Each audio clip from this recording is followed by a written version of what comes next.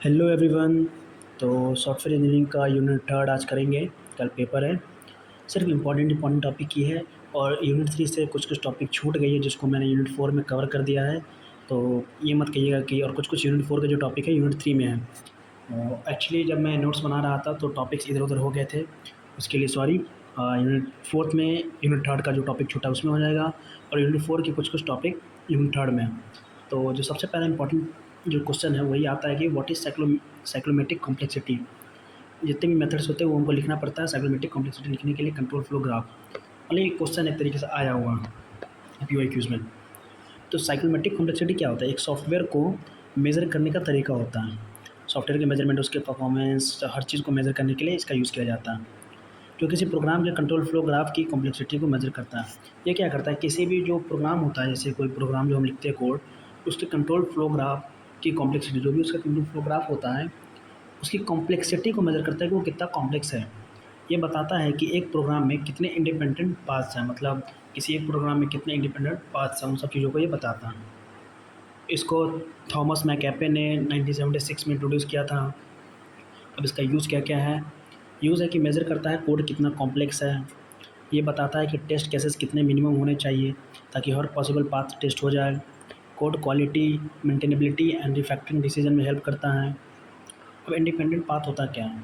एक independent path ऐसा होता है जो कंट्रोल फ्लो ग्राफ में एक नया एज इंट्रोड्यूस करता है जो किसी और पाथ में नहीं है। एक इंडिपेंडेंट पाथ ऐसा होता है, मतलब सीएफजी में एक न्यू एज को वो इंट्रोड्यूस करता है और वो किसी पाथ में इंक्लूड नहीं होता, उसी को बोलते हैं इंडिपेंडेंट पाथ, जो सबसे अलग होता है।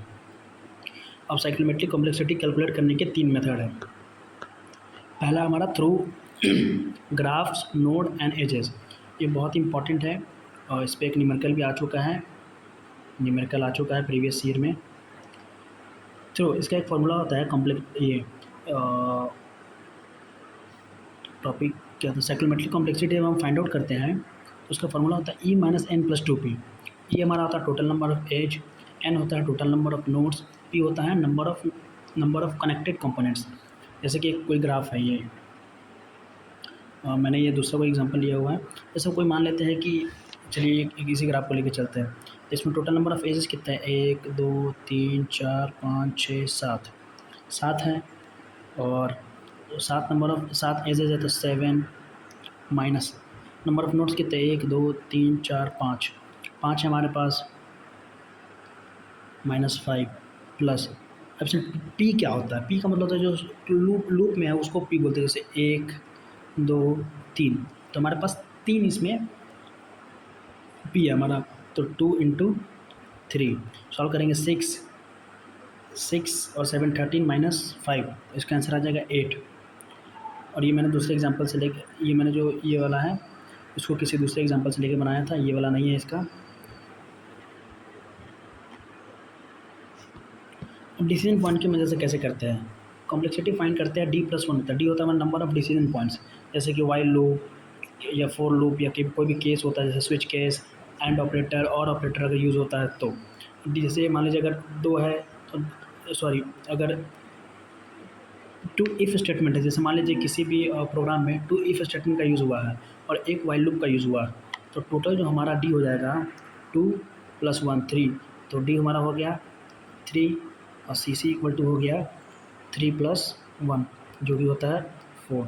ये 4 आंसर आ गया। तीसरा मेथड है ग्राफ मेथड फार्मूला।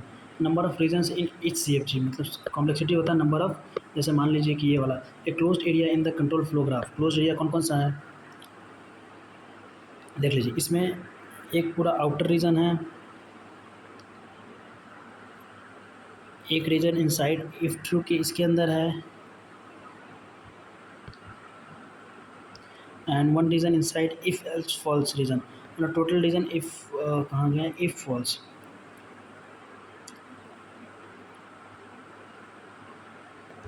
कहने का मतलब है कि जैसे एक रीजन अगर एक ट्रू होता है तो इधर से जाएगा, एक इफ़ अगर फॉल्स होता है तो इधर से जाएगा, एक टोटल बाहर का है, तो टोटल हमारे पास 3 रीजन हो जाते हैं। टोटल रीजन हो गया हमारे पास 3, तो सीधा हमारा जो आंसर हो जाएगा वो साइक्लोमेट्रिक कॉम्प्लेक्सिटी वो 3 हो जाएगा। अब नेक्स्ट टॉपिक है हमारा what you understand by DFD. Explain basis used to build DFD with suitable example. DFD का मतलब होता है डाटा फ्लो डायग्राम। एक डायग्राम होता है जो विजुअली शो करता है, डेटा फ्लो डायग्राम जो होता है एक तरह का डायग्राम होता है जो विजुअली किसी चीज़ को बताता है कि डाटा सिस्टम के अंदर कैसे फ्लो हो रहा है।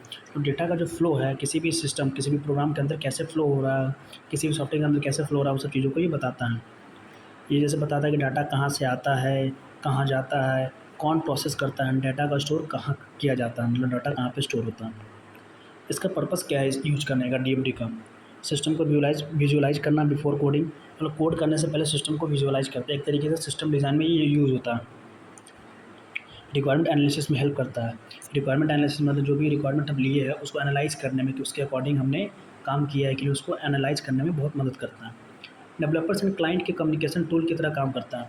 जो भी डेवलपर और क्लाइंट होता है उसको कम्युनिकेशन टूल की तरह ये काम करता है। फॉर एग्ज़ाम्पल इस चीज़ का मतलब समझा रहा हूँ, जैसे कि मान लीजिए मैं डेवलपर हूँ, कोई क्लाइंट आया मेरे पास, उसने मुझे अपनी सारी रिक्वायरमेंट्स बताई। उस रिक्वायरमेंट के अकॉर्डिंग मैंने क्या किया, एक स्ट्रक्चर चार्ट बना लिया या डीएफडी बना दिया, मतलब कोई एक तरीके का सिस्टम डिज़ाइन कर लिया मैंने। तो वो क्या करता है, जो भी वो बताया है वो चीज़ें उसके अंदर है, तो एक तरीके से कम्युनिकेशन का काम करता है। उसने जो भी कुछ बताया उसके अंदर है, उसके अकॉर्डिंग हम आगे कोड लिखते जाएंगे। अब बेसिक एलिमेंट्स क्या क्या है?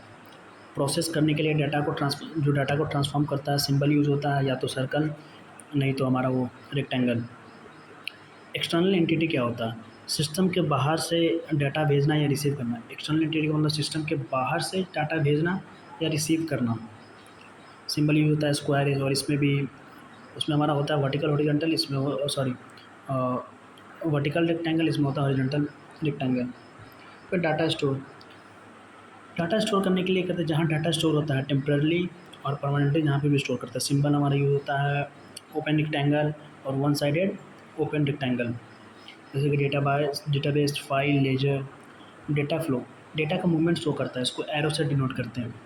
अब डीएमडी के लेवल्स क्या क्या होता है? लेवल 0 होते हैं जिसको कॉन्टेक्स्ट डायग्राम बोलते हैं। इंटायर सिस्टम को ओवरव्यू होता है इसके अंदर। सिर्फ एक प्रोसेस शो होता है। External entities and there interaction, मतलब जो भी एक्सटर्नल एंटिटीज़ है उनके बीच में इंटरेक्शन को शो करता है। लेवल 1 होता है हमारा डीएफडी, मेन प्रोसेस को मल्टीपल सब प्रोसेस में तोड़ता है। जो भी मेन प्रोसेस होता है उसको छोटे छोटे प्रोसेस में तोड़ देता है। Data store and detail data flows include करता है इसके अंदर। लेवल 2 में आता है डीएफडी, लेवल 2 और डीएफडी हमारा है और detail breakdown of level 1 process. जो भी लेवल 1 में ब्रेकडाउन करते हैं उसका और भी ज़्यादा डिटेल में ब्रेकडाउन करते हैं इसमें।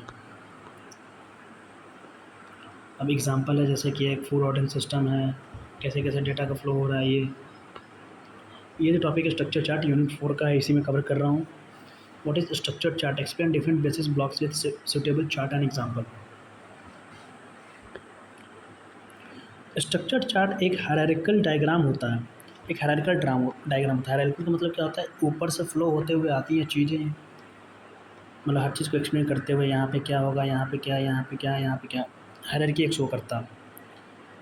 जो सॉफ्टवेयर सिस्टम के मॉड्यूलर स्ट्रक्चर को शो करता है। जो भी सॉफ्टवेयर सिस्टम होता है उसका जो मॉड्यूलर स्ट्रक्चर होता है, जो मॉड्यूल्स का स्ट्रक्चर होता है उसको शो करता है।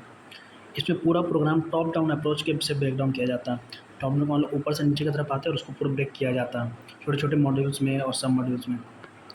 ये मेनली स्ट्रक्चर प्रोग्रामिंग अप्रोच में यूज़ होता है, specially during system design phase में ये यूज़ होता है। पर्पस क्या है स्ट्रक्चर चार्ट का? पूरा सिस्टम को लॉजिकल मॉड्यूल्स में ब्रेक करना। मतलब जैसे मान लीजिए कि हमारे पास एक मॉड्यूल है, इसको ब्रेक किया, मॉड्यूल 1, फिर यहाँ पे मॉड्यूल 2, फिर यहाँ पे मॉड्यूल 3, फिर इसको फर्दर डिवाइड किया, मॉड्यूल 1 1, मॉड्यूल 1 2, मॉड्यूल 2 1, ऐसे ऐसा करके एक हायरार्की वे में आता है। हर मॉड्यूल का रोल एंड रिलेशन शो करना। जितने भी मॉड्यूल्स होता है उसका क्या रोल है, उसका क्या रिलेशन, उन सब चीज़ों को शो करता है। Program flow, function calling and control transfer को विजुअली शो करता है। कोड को easily design, understand and maintain करने के लिए यूज़ किया जाता है। अब basic blocks of structure chart क्या होता है? मॉड्यूल्स, फंक्शन ब्लॉक जिसको बोलते हैं, एक स्पेसिफिक टास्क परफॉर्म करता है। सिंबल रेक्टेंगल यूज़ करते हैं। Control structure, hierarchy arrow, modules के बीच कंट्रोल का फ्लो दिखाता है। टॉप टू बॉटम एरोज होते हैं, जैसे पेरेंट चाइल्ड रिलेशनशिप शो करना। कंडीशन ब्लॉक क्या होता है? डिसीजन मेकिंग में जो डायमंड यूज़ करते हैं, ये वाला, कि इफ़ कंडीशन लिखा रहता है ट्रू तो इधर, फॉल्स तो इधर, तो इस चीज़ को दिखाता है। फिर आता है रिपीटेशन ब्लॉक, लूप यानी कि जो रिपीटेड टास्क दिखाते रहता है, मोस्टली एनोटेशन के फॉर्म में लिखा जाता है। और यहाँ पे एक छोटा सा स्ट्रक्चर चार्ट है ईमेल सर्विस का, इसको अच्छे से देख लीजिएगा कैसे कैसे बना है। अब आते हैं what is pseudo code and how different from algorithm. Pseudo code एक इनफॉर्मल वे होता है एल्गोरिथम को लिखने का। इनफॉर्मल वे का मतलब होता है कि जैसे अपनी लैंग्वेज में लिखते हैं, जैसे कि मान लीजिए if A greater than B then A is largest. Similar to code होता है बट अपने एक फॉर्मल लैंग्वेज में लिखते हैं उसको हम। फीचर्स क्या क्या सूडो कोड के? ह्यूमन रीडेबल होता है, मतलब जो इंसान होता है उसको अच्छे से पढ़ पाता है, ईजिली पढ़ पाता है। प्रोग्राम के जो लॉजिक्स होते हैं उसको क्लियर दिखाता है। कोई सिंटैक्स एरर ही नहीं होता क्योंकि हम लोग अपनी लैंग्वेज में लिखते हैं उसको, क्योंकि कोई स्ट्रिक्ट रूल ही नहीं होता इसके लिए। एक्चुअल प्रोग्रामिंग से पहले लॉजिक टेस्ट करने में काम आता है। एक्चुअल प्रोग्रामिंग लिखने से पहले इसको लिख के हम क्या कर सकते हैं, लॉजिक को टेस्ट कर सकते हैं। फॉर एग्जांपल जैसे start A B, if A is greater than B then print A is greater else B. ये सिंपल है, क्या प्रोग्राम के वे में नहीं है बट सिमिलर टू प्रोग्राम है, जहाँ सारे लॉजिक क्लियर है इसमें, बस हमको कोड को इम्प्लीमेंट करना उसमें। और एल्गोरिथम तो पता है कि स्टेप बाय स्टेप प्रोसीजर होता है किसी भी प्रॉब्लम को सॉल्व करने के लिए। ये यूजुअली प्लेन इंग्लिश या किसी नेचुरल लैंग्वेज में होता है। जैसे लिखते हैं स्टेप 1, स्टार्ट किए, स्टार्ट करने के बाद take input a and b, if a is greater than b print a otherwise print b, ऐसे कर करके लिखते जाते हैं। जैसे स्टार्ट इनपुट टू नंबर, ये सब। What is decision tree? Decision tree एक ट्री लाइक स्ट्रक्चर होता है। डिसीजन ट्री क्या होता है? ट्री लाइक स्ट्रक्चर होता है जो हेल्प करता है डिसीजन मेकिंग में। ये विजुअली शो करता है कि अगर किसी सिचुएशन में मल्टीपल कंडीशन हो तो कौन सा डिसीजन लेना चाहिए। एक तरीके से अगर जैसे कंकरेंसी का बात आ जाती है, जैसे मान लीजिए कि कोई एक मॉड्यूल है, मतलब जैसे मान लीजिए कि जैसे यहाँ से मान लीजिए वेदर,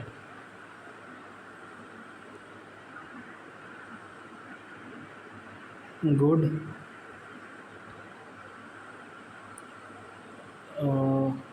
जस्ट अ मिनट, जैसे मान लीजिए वेदर गुड या बैड। तो वेदर क्या है, अगर गुड है तो ट्रू, बैड है तो फॉल्स। फिर इसके आगे फर्दर ऐसे एक ट्री लाइक स्ट्रक्चर में होता है जहाँ पे हम डिसीजन लेते हैं। यहाँ पे डिसीजन लिए, ऐसे करके होता है। It is used in software engineering में यूज़ होता है, लॉजिक फ्लो के लिए, आर्टिफिशियल इंटेलिजेंस में यूज़ होता है, मशीन लर्निंग में यूज़ होता है, डिसीजन एनालिसिस में यूज़ होता है। तो उसके बेसिक कंपोनेंट्स क्या क्या होते हैं डिसीजन में? रूट नोड होता है जो कि स्टार्टिंग पॉइंट होता है डिसीजन का। डिसीजन नोड होता है जहाँ पे हम डिसीजन लेते हैं, जैसे कि इज़ पासवर्ड करेक्ट। मान लीजिए कि जैसे यहाँ पे है इज़ पासवर्ड करेक्ट, क्या करेक्ट है? ट्रू, तो लॉगिन करना है। फॉल्स, शो एरर, ऐसे करके। फिर ब्रांचेस, पॉसिबल ऑप्शन जो यस नो के फॉर्म में आता है, जैसे ऐसे करके बता रहे थे हम, ये इसको ब्रांचेस बोलते हैं। लीफ नोड जो सबसे लास्ट वाला नोड होता है हमारा। जैसे कि एग्जांपल यहाँ पे is user register, yes, yes करने के बाद यहाँ आते हैं, नो करने के बाद शो एरर। अगर यूज़र रजिस्टर हो गया है, क्या उसका पासवर्ड करेक्ट है? अगर यस तो उसको ग्रांट करता है, नो तो शो एरर। बहुत ही सिंपल है। और इसका एक टेबल भी बनता है, वो मैं आपको नोट्स में प्रोवाइड कर दूँगा अलग से। ऐसा करके कोई टेबल बनता है कि is user register, yes, is password correct, yes, ऐसे ऐसे कर कर के बनता है। फिर आता है what is the objective of software design, explain different approaches for software design. Software design का मेन गोल होता है एक ऐसा ब्लूप्रिंट बनाना, एक ऐसा स्ट्रक्चर बनाना जिससे डेवलपर सिस्टम को डेवलप, मेंटेन एंड स्केल कर सके बहुत ही ईज़िली तरीके से। ऑब्जेक्टिव क्या होता है सॉफ्टवेयर डिज़ाइन का? करेक्टनेस, मतलब अच्छी तरीके से मैंने एफिशिएंटली, मतलब बहुत परफॉर्मेंस उसकी अच्छी हो। मेंटेनेबिलिटी का मतलब होता है कि मेंटेन करना ईजी हो। रीयूजेबिलिटी का मतलब होता है कि कुछ कंपोनेंट्स को यूज़ कर सके या बाद में उसको किसी दूसरे प्रोजेक्ट में भी यूज़ कर सके अगर हो पाया तो। स्केलेबिलिटी देखते हैं, मतलब कितना स्केलेबल है, मतलब कितना वर्कलोड सह सकता है ये सब। सिंप्लिसिटी, मतलब जितना सिंपल रखेंगे उतना समझने में आसानी होगी। मॉड्यूलैरिटी का मतलब होता है कि मॉड्यूल्स में बाँट के रखेंगे ताकि हमें सॉफ्टवेयर डिज़ाइनिंग का डेवलप इम्प्लीमेंट करने में आसानी हो। डिफरेंट अप्रोचेस कौन कौन से सॉफ्टवेयर डिज़ाइन के? एक तो होता है हमारा टॉप डाउन अप्रोच, मतलब ऊपर से करते आते हैं डिज़ाइनिंग। फिर एक होता है बॉटम अप, नीचे से जाते हैं। फिर आता है फंक्शन ओरिएंटेड। फंक्शन ओरिएंटेड का मतलब होता है जो भी पहले फंक्शनैलिटी जैसे लॉगिन पेज बना लिए, उसके बाद लॉगिन पेज के बाद जो भी फंक्शन करना है वो बनाते हैं। ऐसे-ऐसे करते-करते धीरे-धीरे बनाते हैं। और ऑब्जेक्ट ओरिएंटेड में वही जो आपने जावा में पढ़ा होगा, इनकैप्सुलेशन। इनकैप्सुलेशन का क्या मतलब होता है? डेटा एंड वेरिएबल को बाइंड करना, अब्स्ट्रैक्शंस मतलब सिर्फ इम्पोर्टेंट चीज़ दिखाना, बाकी चीज़ को हाइड करना। वैसे डिज़ाइनिंग की जाती है इसमें, मतलब अननेसेसरी डेटास को नहीं दिखाया जाता है। सिंपल डिज़ाइन करते हैं, इसमें अप्रोच रखते हैं कि पहले जो भी मेन मेन चीज़ है, मेन मेन फीचर्स है, पहले उस पे काम करें और उसको अच्छे तरीके से बनाएं। तो यहीं पे ख़त्म हो गया है। अगर इसके आपको नोट्स चाहिए तो आप सिंपली जाएंगे एकेटिव रैंकर्स पे, जो सबसे पहले वाली वेबसाइट आएगी उस पे जाएंगे। वहाँ से जाने के बाद यहाँ पे गेट स्टार्टेड पे क्लिक करेंगे, शॉर्ट नोट्स वाले सेक्शन में जाएंगे, सेमेस्टर 6, और यहाँ पे सॉफ्टवेयर इंजीनियरिंग का यूनिट 1, 2 एंड 3 अपलोड हो चुका है। 4 एंड 5 जल्दी कर दूंगा। और सॉरी, इसमें जो 2 अपलोड है सिर्फ इसमें एक ही टॉपिक अपलोड है, इसको मैं डिलीट करके दूसरा अपलोड कर दूंगा। तो अच्छे से करिएगा, अच्छे से एग्ज़ाम दीजिए। Best of luck.